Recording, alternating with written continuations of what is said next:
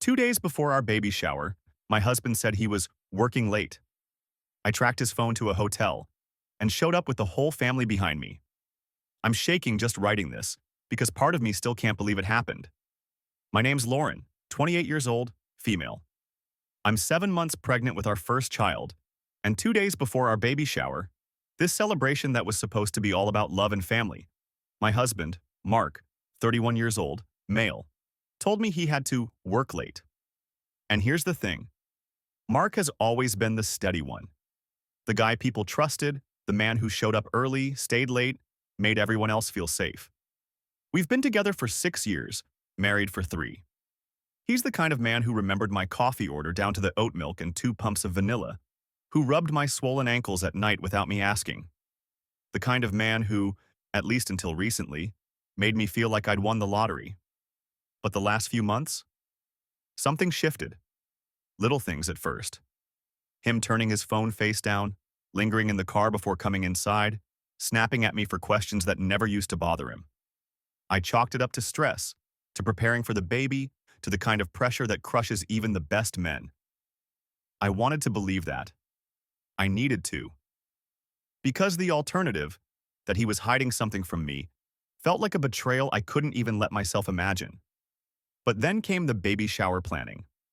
My mom, Karen, 54, female, is the type who lives for events like this. She had color-coded binders, Pinterest boards, and a guest list a mile long. She told me she hadn't been this excited since my wedding. My little sister, Emily, 26, female, was in charge of decorations.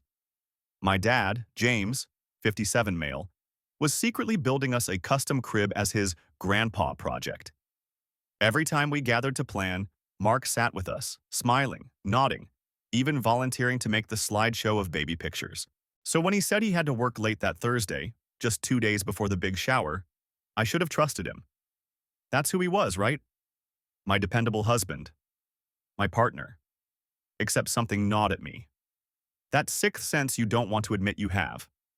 So after he left, I opened the tracking app we'd set up for emergencies, the one that let me see his location. And there it was. Not his office. Not anywhere near work. A hotel.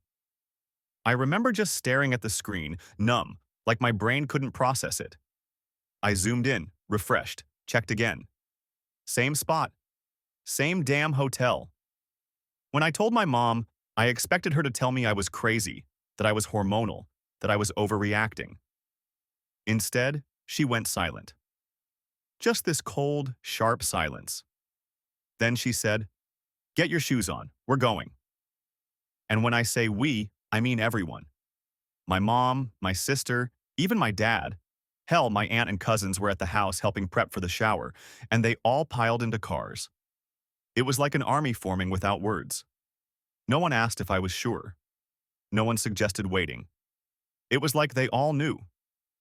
I remember sitting in the passenger seat of my mom's car, my hands shaking so hard I could barely hold my phone, my baby kicking inside me like she could feel the storm brewing. The hotel came into view, one of those chain ones with beige siding and a flickering neon sign. I swear I could hear my heartbeat in my ears. We didn't even make a plan. We just stormed inside. And that's where everything started to unravel. The lobby smelled like stale coffee and industrial cleaner, the kind of smell that sticks in your throat. My mom marched in like she owned the place, her heels hitting the tile like gunshots. Emily was right behind her, phone already recording like she was some investigative journalist. My dad, usually the calmest man alive, had this look in his eyes like he was about to tear the place apart. And me? I felt like I was floating. Detached. My body was there, my baby was kicking, my family was surrounding me, but my mind was split in two. One part screaming, "What if you're wrong?" The other whispering, "You already know you're not." We walked straight to the front desk. The poor clerk, a kid who couldn't have been more than 19, froze when my mom slammed her hand down and said, "Room number for Mark Reynolds, now." The kid stammered something about privacy policies, but my aunt, Michelle, 49, female, leaned in with this death glare and said, "Sweetheart, we already know what room. You can either tell us or watch this pregnant woman collapse right here on your lobby floor. Which one's gonna look worse on Yelp?" Next thing I knew, We had the room number. Third floor. My dad didn't wait for the elevator. He took the stairs two at a time. My heart was pounding so hard I thought I might faint. Emily squeezed my hand, whispered, "Whatever we see, you're not alone." We reached the door. Room 312. My dad banged on it so hard the frame shook. Silence. Then, shuffling, whispering. A thud, like someone knocked something over. And then the door cracked open. Mark stood there. My husband. Hair messy, shirt untucked, eyes wide like a deer in headlights. He looked caught. Because he was. Behind him I could see the edge of the bed, sheets twisted and, God help me, the corner of a woman's purse on the nightstand. Everything inside me went cold. "Working late?" my mom spat, her voice sharp enough to cut glass. Mark opened his mouth, closed it, opened it again, like a fish gasping for air. He stammered, "Lauren, I can explain." But then she appeared. A woman. Younger than me, maybe mid-20s. Wearing nothing but a hotel robe, hair damp like she'd just showered. She froze when she saw the hallway packed with my family. And my dad. My quiet, patient dad lost it. He shoved the door open so hard it hit the wall. Mark stumbled back, nearly tripping over himself. My dad's voice was thunder. "You've got your pregnant wife at home planning a baby shower while you're here." His voice cracked. He couldn't even finish. I should have screamed. I should have thrown something. But I just stood there, clutching my stomach, watching the man I thought I knew turn into a stranger in real time. Mark reached for me, eyes wet, babbling. "It's not what it looks like. Please, just let me talk." But Emily stepped between us, her phone still recording, and said, "No, you don't get to spin this." The other woman muttered something about leaving and tried to dart past us, but my mom blocked her path like a linebacker. "Oh no, sweetheart. You don't get to run. You get to stand here and look at the woman whose life you've been crawling into like a snake." The whole hallway was silent, except for my heartbeat in my ears. My throat felt raw, like I'd been screaming even though I hadn't said a word. And in that silence, my baby kicked again. Hard. Like she knew. Like she wanted me to know she was still there, still real, even if everything else had just shattered. Don't forget to subscribe. The hallway turned into a war zone in seconds. Mark stepped forward, reaching toward me like his touch could rewind the past 10 minutes. "Lauren, please, listen, it's not what it looks like." I finally found my voice, though it came out cracked and trembling. "Then explain the robe. Explain the purse. Explain why my family is here instead of you." He opened his mouth, but the other woman, this stranger in a hotel robe, snorted. Actually snorted. "Don't let him fool you. He's been here every Thursday for weeks." Every Thursday. The words hit me like a physical blow. My knees almost gave out. My mom grabbed my arm to steady me, but I felt like I was already falling. Mark spun on her, face red, eyes wild. "Shut up, Jenna." Jenna. Her name was Jenna. I hated how quickly it lodged in my brain, how real it made her. Emily shoved her phone in Mark's face, recording every second. "Keep talking. Go ahead. Let's hear how you've been working late." Mark's composure cracked completely. He started pacing in the tiny hotel room, running both hands through his hair, muttering, "This is a mistake. It wasn't supposed to. God, Lauren, I love you. I swear, this doesn't mean anything." "Nothing." My dad's voice thundered through the hallway. "You're sleeping with her while your pregnant wife is at home and you call it nothing?" Mark snapped back, desperate, frantic. "I didn't want it, okay? She kept coming on to me and I was weak. But it's just sex. That's all it is. You're my wife. You're my family. You're the one I love." My mom's face twisted into something I'd never seen before. Pure disgust. "Don't you dare reduce this to just sex. You don't humiliate my daughter in a hotel hallway with some cheap excuse." And then Jenna, the audacity, laughed. "Cheap? Honey, he bought me a necklace last week. Real diamonds. Guess who paid for that?" She looked right at me, eyes gleaming with cruelty. "Your baby's college fund." I lunged forward before I even realized what I was doing, but my dad caught me around the shoulders. My whole body shook, not just from rage but from the terrifying need to hurt her. Mark shouted, Jenna, stop! His voice cracked, tears finally spilling. He collapsed onto the edge of the bed, burying his face in his hands. This isn't who I am, he sobbed. I made a mistake, a huge mistake. Please, Lauren, please don't leave me. For the first time, I saw him not as my husband, but as a coward. A man-child begging for forgiveness only because he'd been caught, not because he was sorry. And that realization cracked something inside me. I pulled the wedding ring off my swollen finger, held it up in the hallway light, and then dropped it on the carpet in front of him. It hit with the softest sound, but it felt like an earthquake. You just lost me, I said.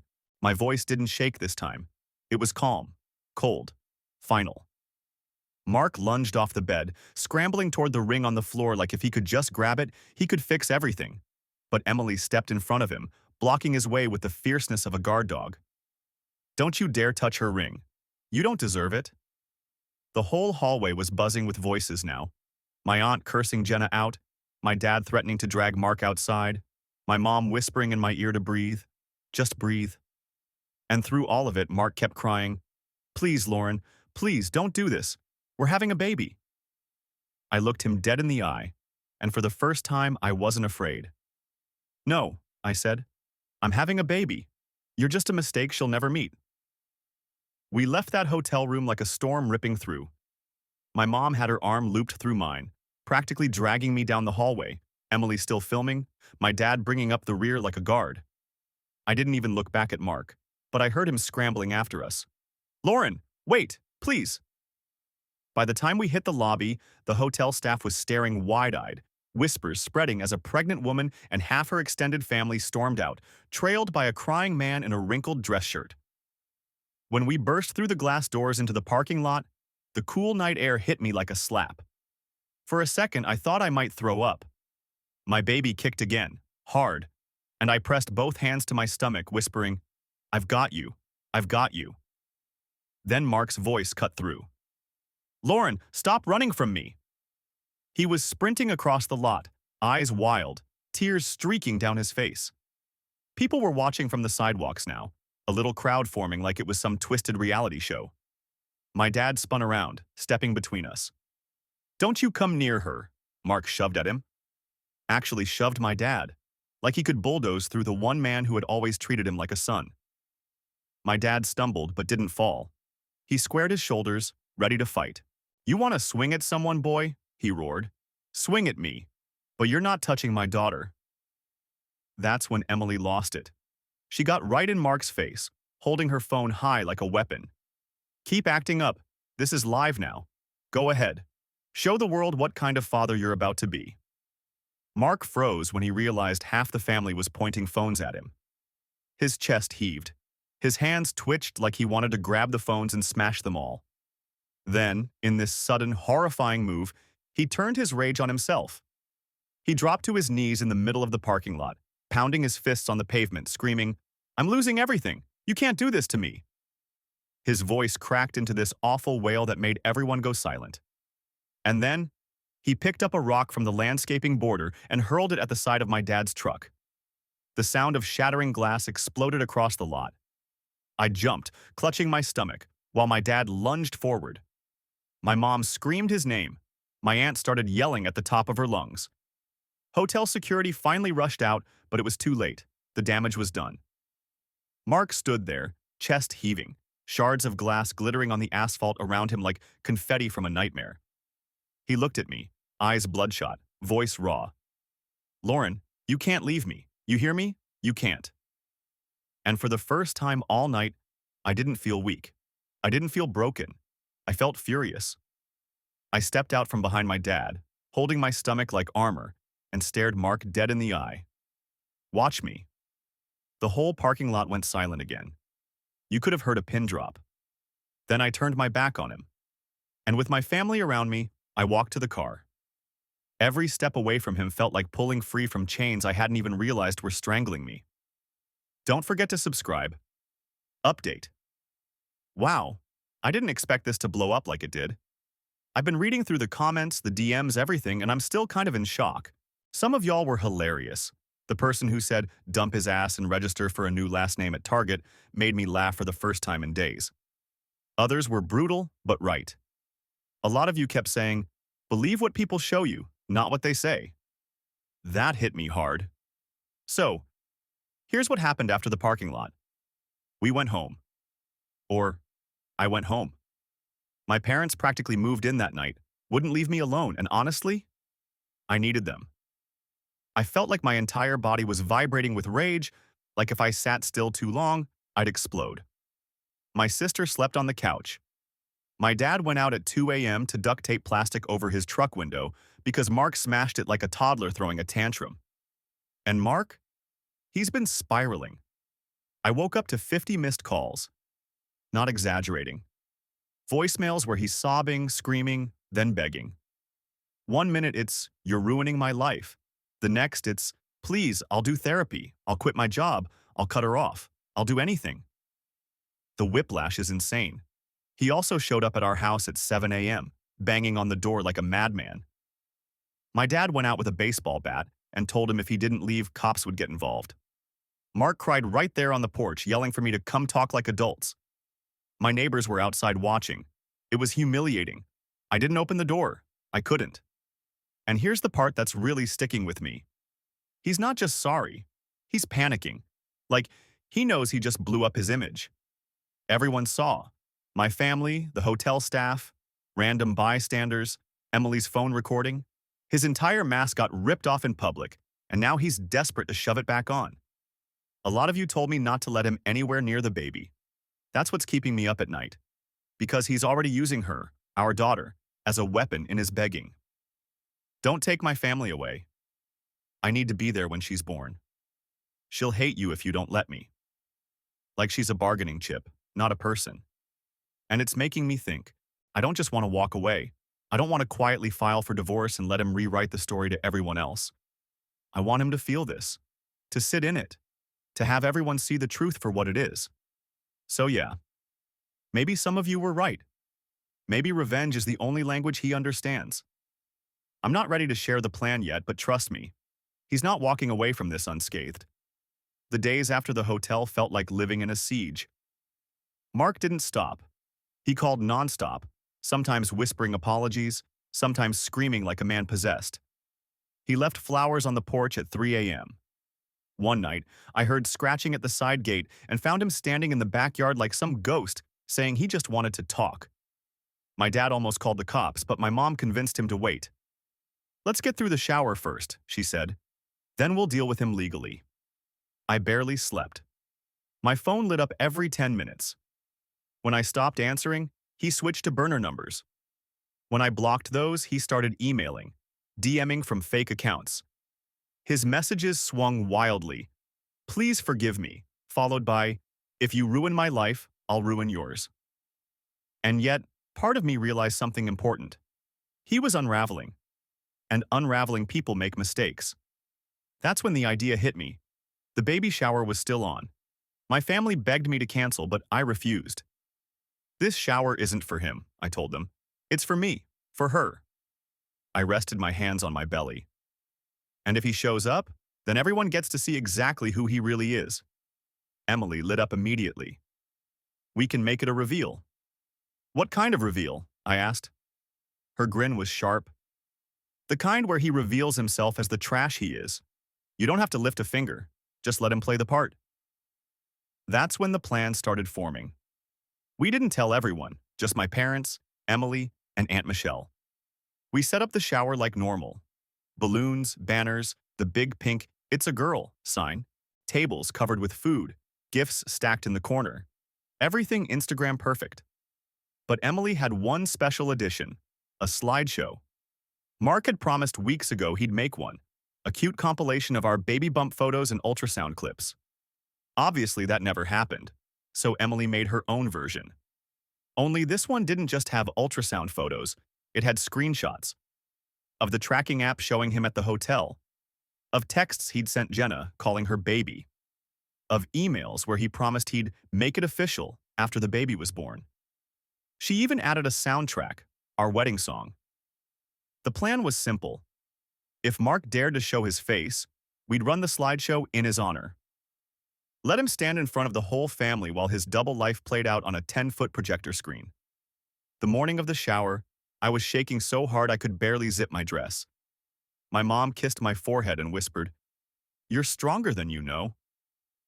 My dad slipped me his old handkerchief, the one he used to carry when I was little. "In case you cry," he said. But I didn't feel like crying. I felt like fire. Guests started arriving. Friends, cousins, neighbors, coworkers. Everyone smiling, hugging me, telling me how radiant I looked. I smiled back, though inside I was scanning every doorway, waiting for the storm. And sure enough, half an hour in, he appeared. Mark. Wearing a pressed shirt like nothing happened, carrying a wrapped gift, as if he hadn't shattered me 2 days earlier. His eyes found mine, desperate, pleading, but then he plastered on that same fake, good husband smile he'd been wearing for years. And that was when I knew. He was about to walk straight into his own execution. The room went still when Mark walked in. I swear every conversation froze mid-sentence. People knew something was off. The last 48 hours had left a trail of whispers, and my swollen eyes hadn't exactly hidden the truth. But nobody expected him to stroll in with that fake smile and a pink gift bag like he was Father of the Year. My mom greeted him first, voice sharp as glass. "You've got nerve." He brushed past her like she was invisible, came straight for me. "Lauren," he said softly, setting the gift at my feet like some kind of offering. "We need to talk." I didn't answer. I just turned to Emily. She gave me the smallest nod. The lights dimmed. The projector hummed to life. "Ladies and gentlemen," Emily said, her voice bright, syrupy sweet. "Since Mark wanted to be part of this day, we thought we'd honor him with a slideshow." Mark froze, his face drained. "No, turn it off." But it was too late.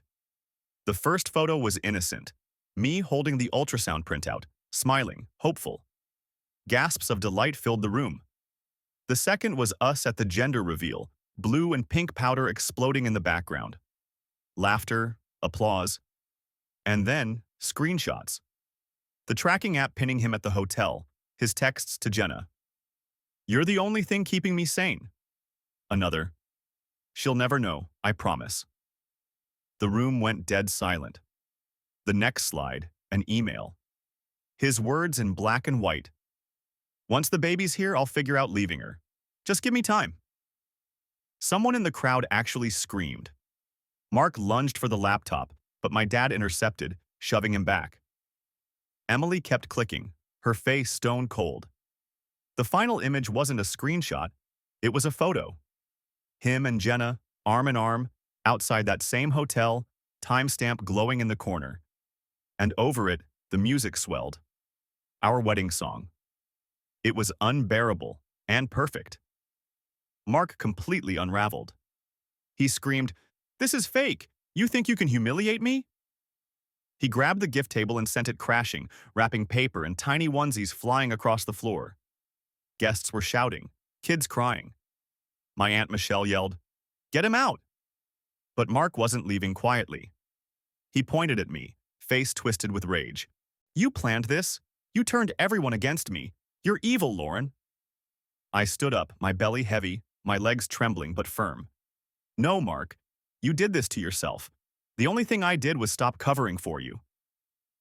The room erupted, some people rushing to shield me, others yelling at him to get out. My dad and cousin finally grabbed him by the arms and dragged him toward the door as he kicked, thrashed, screaming that he'd make me pay. When the door slammed shut behind him, the silence left behind was deafening. Everyone turned to me. I felt the tears sting my eyes, but I held them back.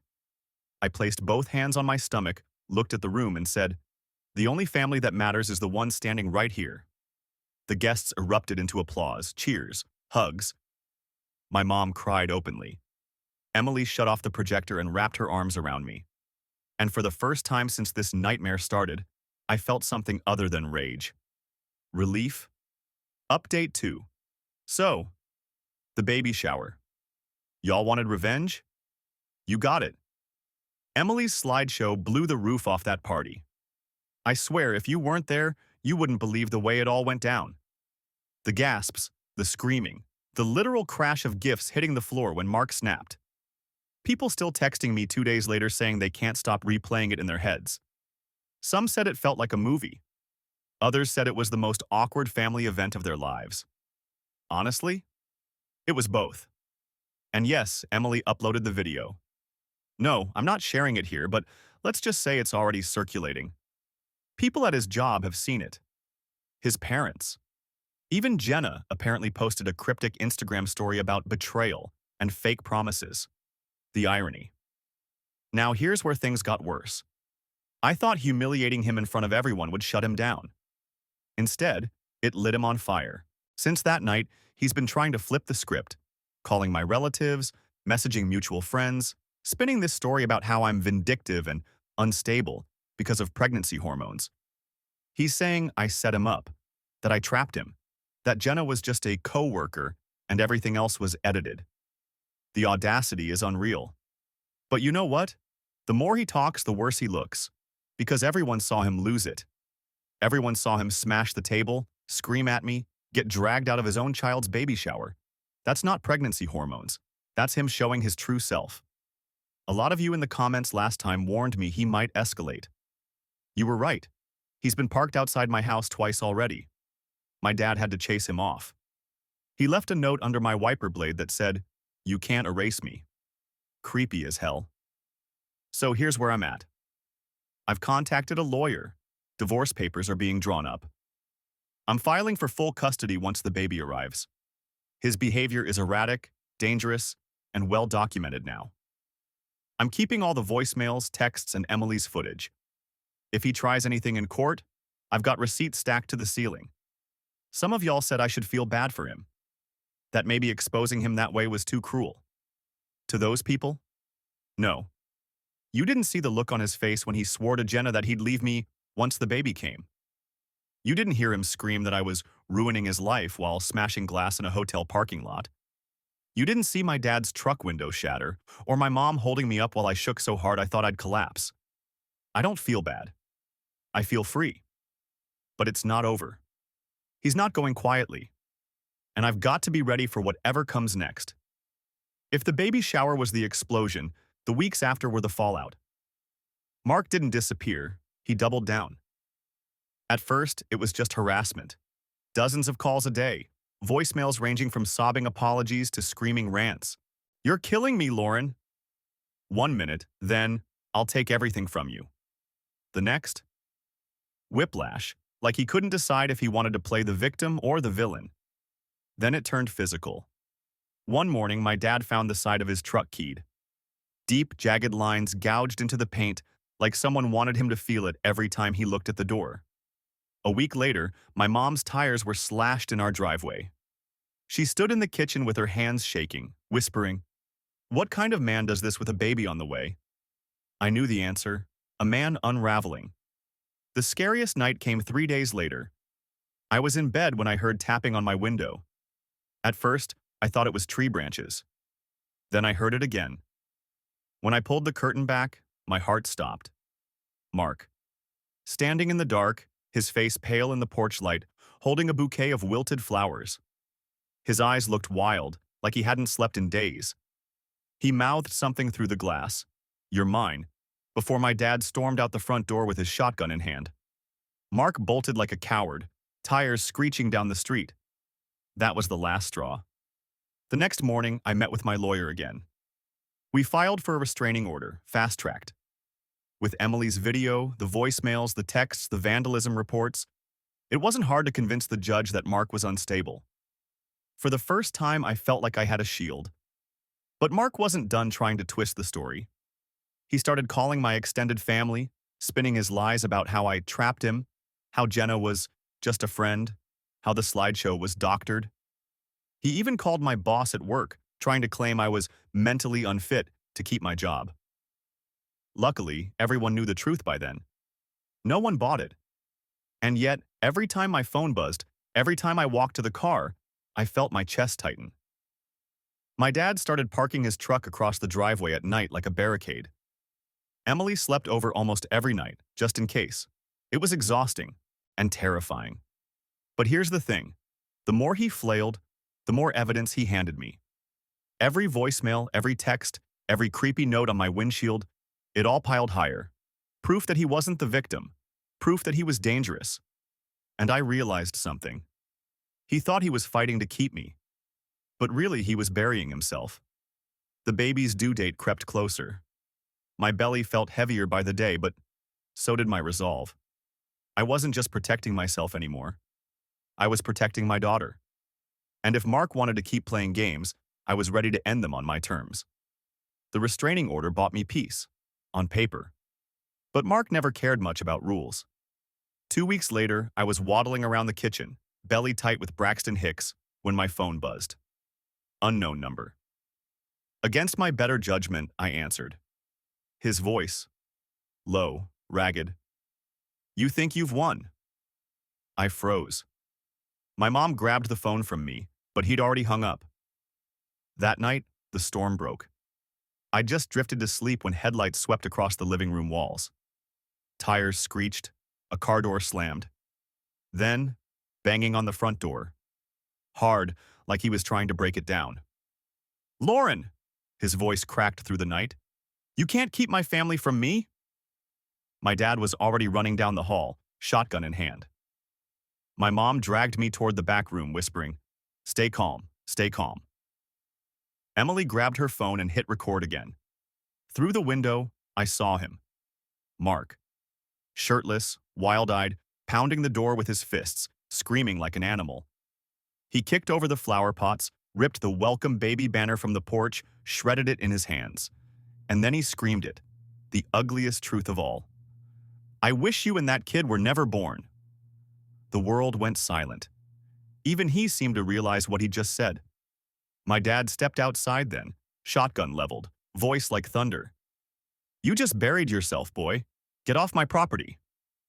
Mark froze, looked around, realized every window had faces staring out. My family, my neighbors, Emily's camera rolling. For once, he saw what he looked like, small, pathetic, broken. He stumbled backward, muttering, "She twisted me. She ruined me." Then he bolted into the night, tires squealing one last time. That was the final nail. The footage Emily caught, the threats, the screaming, the outburst about the baby, was handed straight to my lawyer and the cops.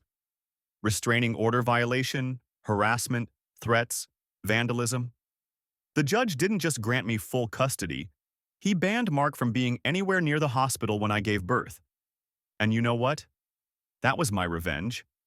Not the slideshow, not the parking lot spectacle, not even the restraining order. My revenge was giving birth surrounded by love.